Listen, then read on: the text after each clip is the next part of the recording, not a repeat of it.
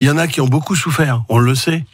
Nous sommes dans une grande ville, il faut toujours s'attendre à ce qu'il y ait un peu de bouchons. Pendant les travaux, évidemment, ça ne pouvait qu'empirer. Les choses aujourd'hui sont modifiées. Les axes nord-sud et est-ouest sont rendus à la circulation. Il reste des petites modifications à faire.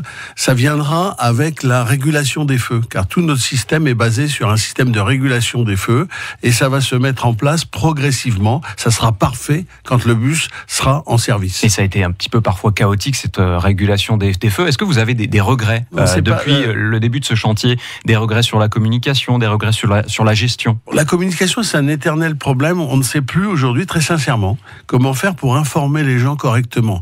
Le nombre de réunions que nous avons menées, particulièrement Pascal Riflard, est incommensurable. Vice-président au transport. Et pour autant, on s'aperçoit que les gens ne savaient pas encore un certain nombre de choses.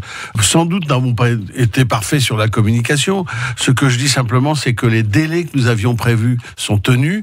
Et quand j'entends certains critiquer ce que l'on a fait alors qu'ils étaient favorables à faire 10 km de tramway, nous en faisons 44 km pour les bus, qui auraient provoqué encore beaucoup plus de chantiers que là, je dis, il faut être sérieux. Faut savoir si on veut une ville moderne, qui donne la place aux services en commun, comme les bus, ou pas. Et est-ce qu'elle donne la place au vélo? Plus les travaux progressent, plus on découvre la réalité de ce qu'est ce réseau. Beaucoup de cyclistes, et vous l'avez entendu à 8h sur France Bleu Picardie, se plaignent du manque de pistes cyclables. Un cas concret, ici, juste sous les fenêtres de France Bleu Picardie, il y a 2 voies, sud-nord pour les voitures, une dans l'autre sens.